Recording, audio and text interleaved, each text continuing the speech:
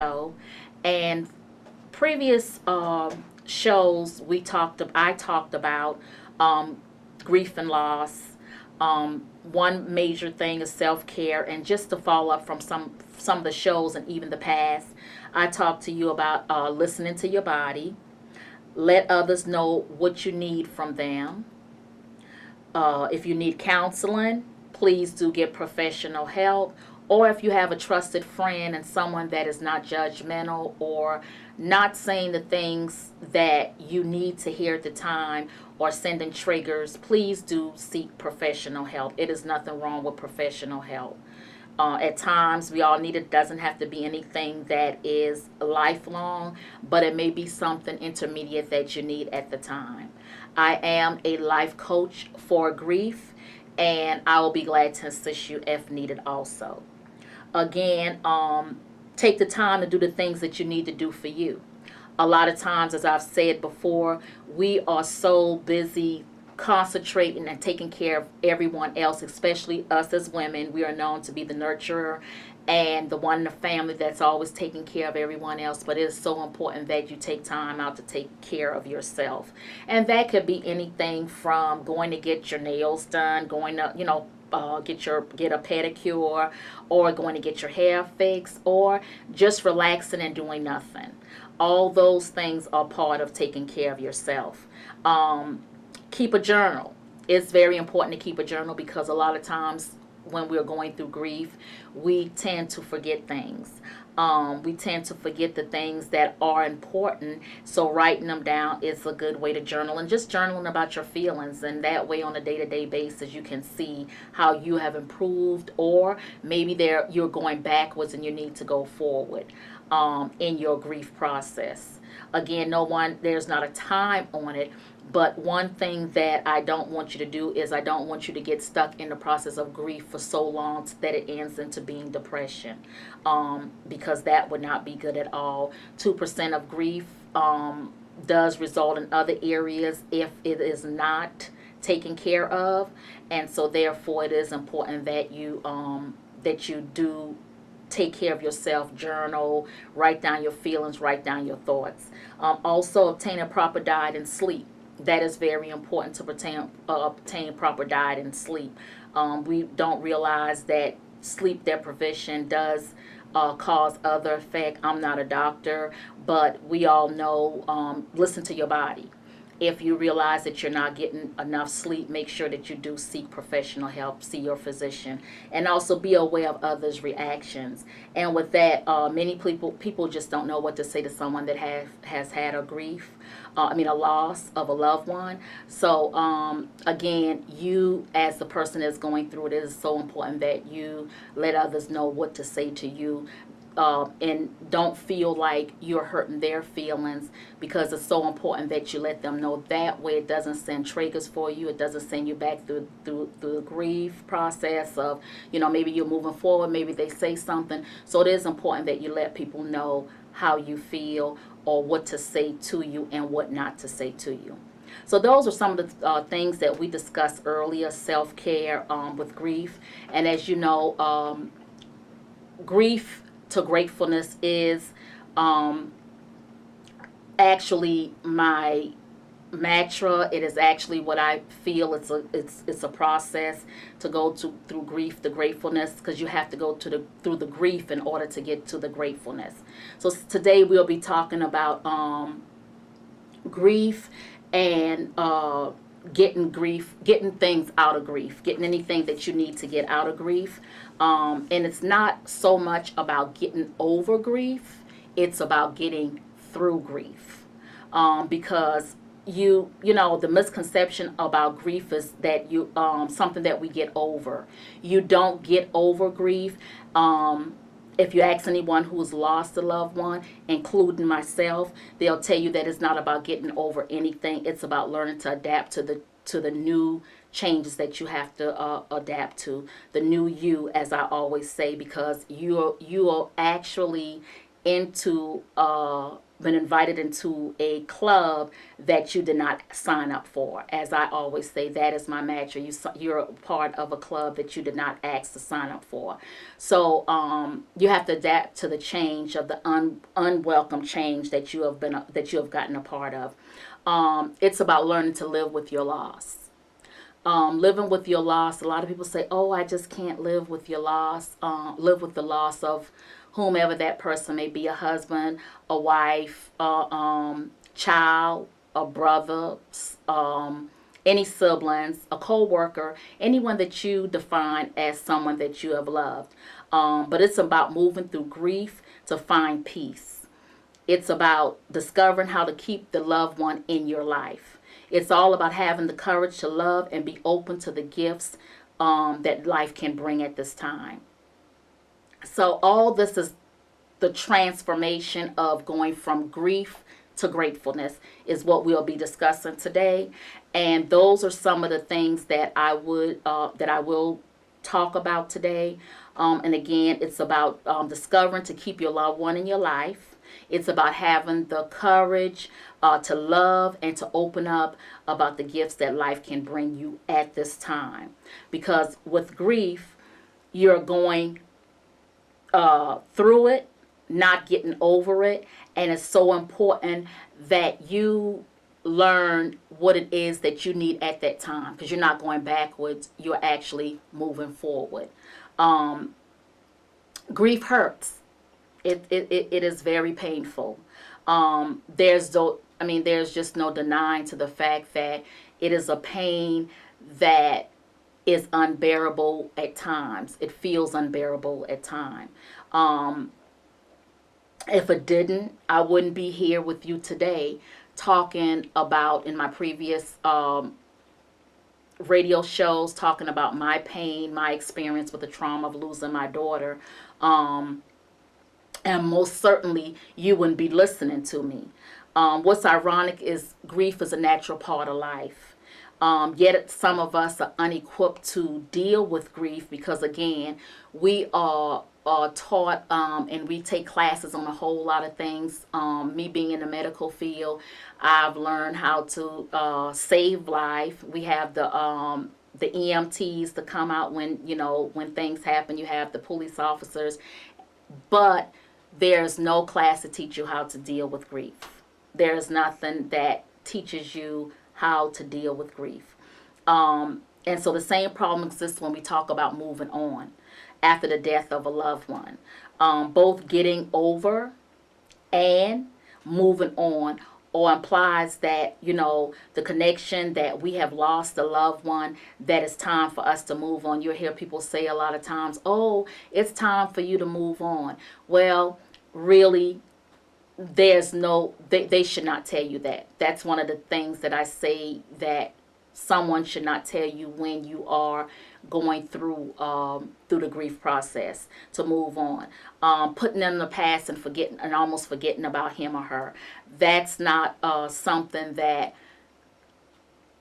in my experience of going through grief, that it's not a good thing. It sent triggers for me. I'm sure it sent triggers for other people. So it is that's the same thing that I said, is that you have to know what to tell people when they tell you things that send triggers. You have to be the one to know what to tell someone to say to you. It may seem like you're being rude or you're being mean, but in actuality, you're not. You're only teaching them what you need to hear, because you're actually the one that's going through the grief and the loss. Instead of thinking that grief is something to get over, we need to think that grief is something we get to get a grip on. Again, you have to get a grip on grief. If you don't, again, it'll send you down a spiral wall of depression, isolating yourself from your loved ones and your friends. So when I say get a grip on grief, you have to face it head on. Dealing with grief head on is the best way. Is one of the best ways that you can help to go through the process of grief. Instead of being faced with the thought of moving on, we can instead look at how we can move forward. So once you have experienced a loss of a loved one, and time has went on, you have already gotten over the initial shock, the initial reality of it. You have gone, the funeral is over, everyone has left, people have moved on with their lives. This is the time, and you are able to wrap your mind, wrap yourself around the fact that, you know what, I don't want to be alone. I can't live anymore. This is just unbearable. Once you have gotten over that, because during that initial time, you should and you may want to get help, professional help, if you're starting to feel those things. But once you have gotten over that phase, let's just say that you feel that you don't need professional help, then you need to look at moving forward. And when I say moving forward, again, I'm not saying moving forward with putting your loved ones on the back burner, as they say, or not thinking of your loved ones, not doing making old traditions into new traditions or things like that. I'm just saying that moving forward with the new person that you are now. And there are ways that you can do that. There are several ways that you can do that, but we will talk about that at a later time. There are different languages in your mind that you will have to go through in the midst of your grief, and the people around you. Again, that all falls back to, as you hear me stressing the fact that let people know what you need from them. Tell them what you need to hear. If they say anything that is inappropriate or you feel that is a trigger for you, it's time when you, the same thing when you talk to people and you hear them say, oh, you need to let go after the death of a loved one. Many people assume that that means letting go. Again, you don't have to let go of your loved ones. There are many ways that you can still incorporate your loved ones into your life of moving forward. When letting go really refers to letting go of the pain. That's actually what it means. Not letting go of the memories of your loved one, but letting go of the pain. And I say take the pain and take that pain and put it into memories of your loved one. And there are a lot of ways that you can do that. One I would like to say is you can take that and the memories of a loved one. Maybe there's a certain food, as I said before, that they like to eat. Cook that meal for that loved one so that that's a memory. That's a positive memory. Because again, not the bad memories, but you want to focus on the good memories of that loved one. It's important to incorporate the good memories into your everyday living, or at least some part of your life that that still exists, so that way it can show an existence of your loved one, the loved one, and what's going on in your life at that time. And a lot of times these things need to be incorporated. These things need to be done in order for you as yourself, as the grieving person, to be able to start moving forward.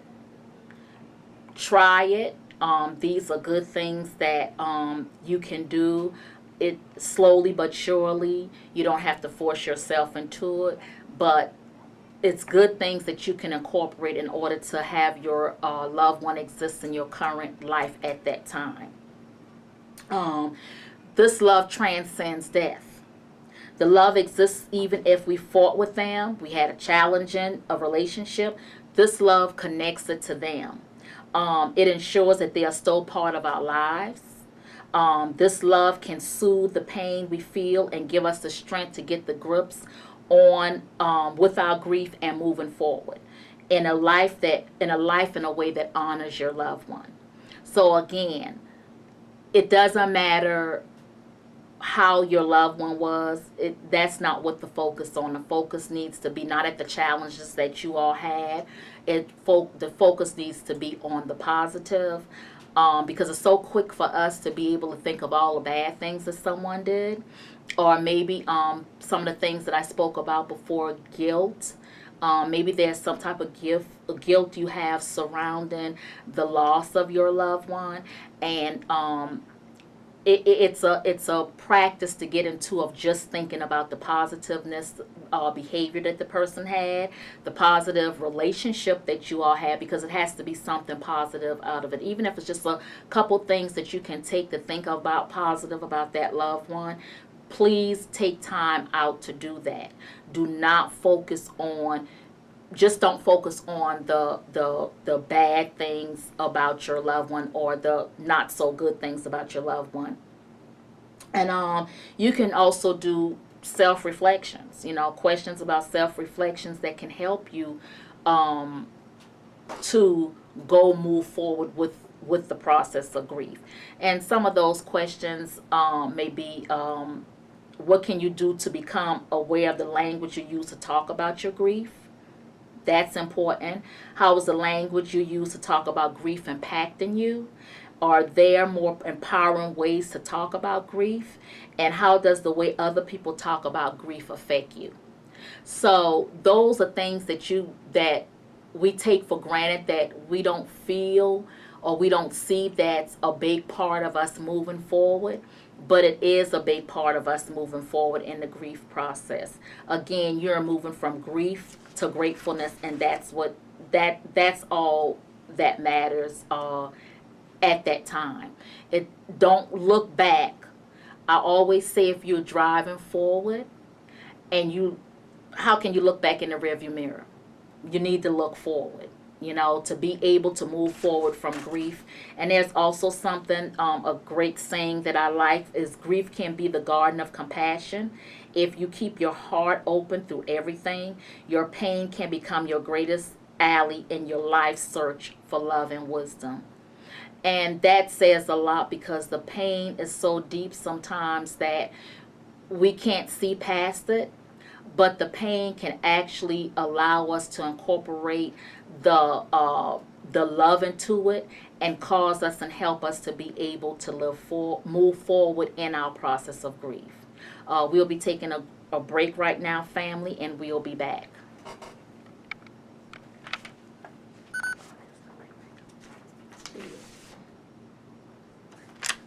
So that was about 19 minutes. Okay. So you got about 10 minutes. Okay. Depending on how long you want the break to be. So, how long I want the what? Break to be. Your break. Oh, my break. Oh.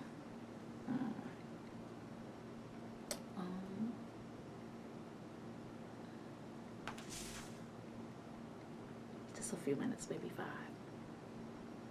No, not 5. Maybe 3. Okay. So then you have about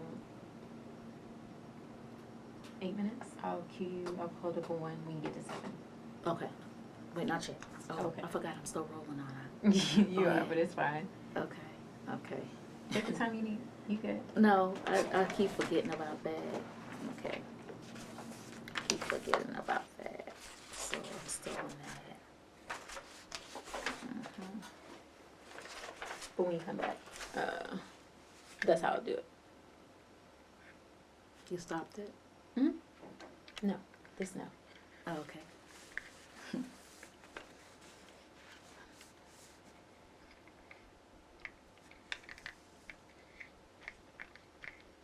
Just let me know when you're ready. Yeah, I know. Yeah, I'm ready now. Okay.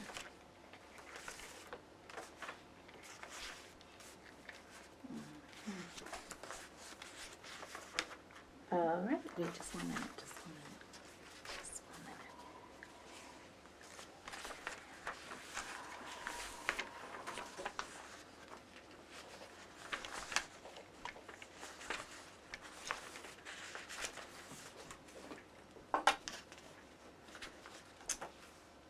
Okay. Ready. All right. In 3, 2. Okay, welcome back, family. Thank you for tuning in to WDRB Media, the voice of the community. You're listening to Unmasking the Pain, and I'm your host, Andrea Manigat. And again, we're talking about grief to gratitude or grief to gratefulness. And we're going to we're going to get back into talking about ways and different things that you can do in order to unmask the pain while you're going through grief and loss. And when you're going through grief and loss, it is so important, again, like I said, to be able to not stay in grief for a long period of time. Staying in grief for a long period of time can cause a lot of issues like depression and other things that you don't want to have to deal with, because it does affect 2% of other areas in your life when you're going through grief.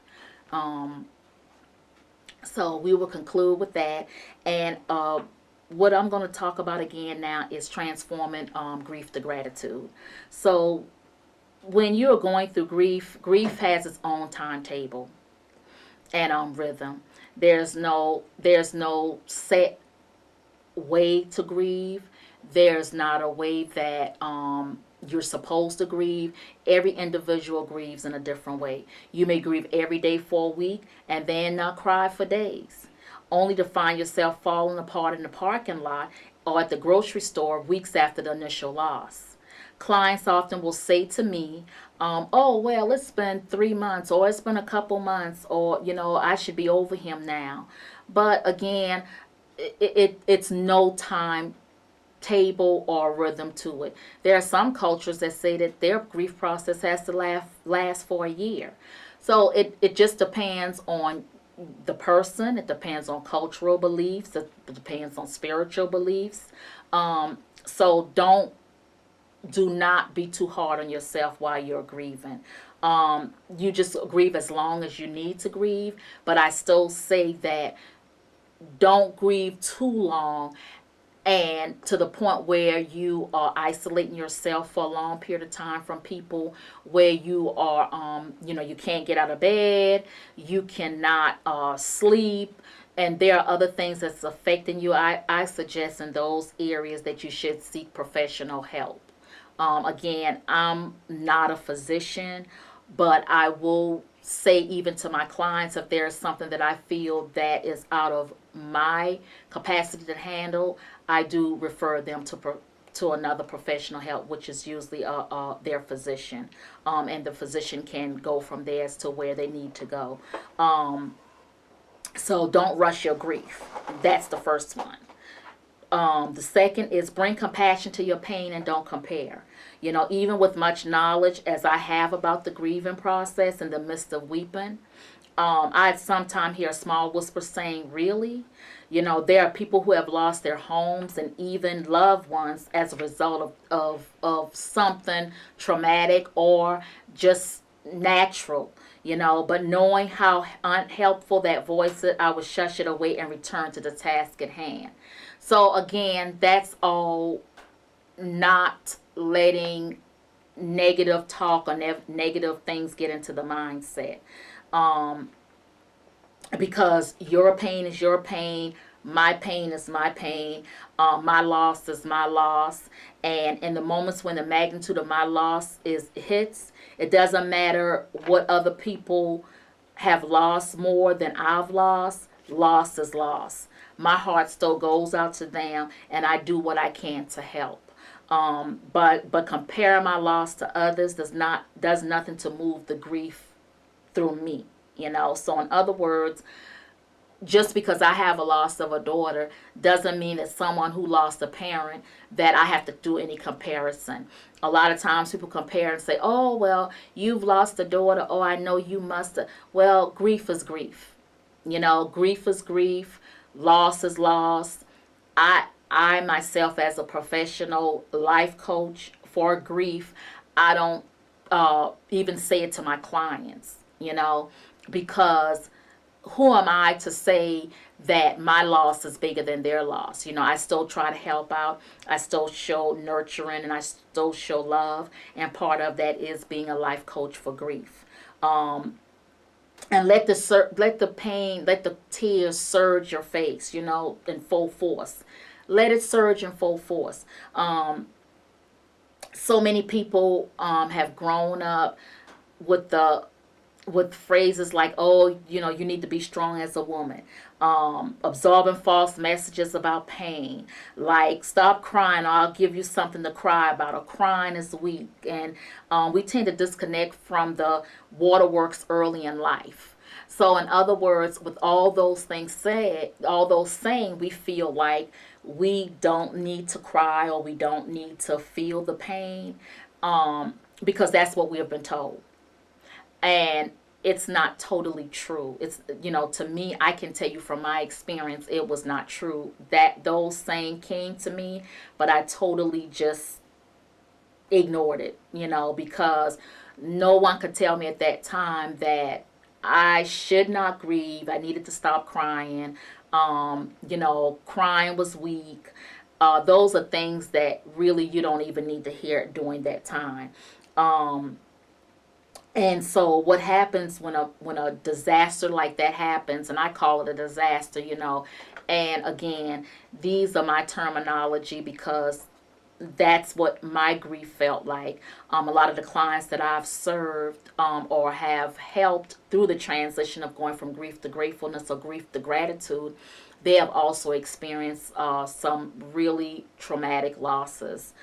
So with that said, when a major life transition happens like that, we have false beliefs. We're offered an opportunity to reconnect to our natural and brilliant resources for navigating the inevitable losses of life. You know, so with that said, just remember that don't rush your grief. Bring compassion to your pain and don't compare, and let the tears surge through you full force. Again, I can be reached at www.grieftogratefulness@gmail.com, or my email address is www.grieftogratefulness.com, and there you can also set up to do a discovery call, or you can email me at www.grieftogratefulness@gmail.com, or I can be reached by telephone to set up a discovery call at 704-777-9868. And thank you, family, for tuning in to WDRB Media.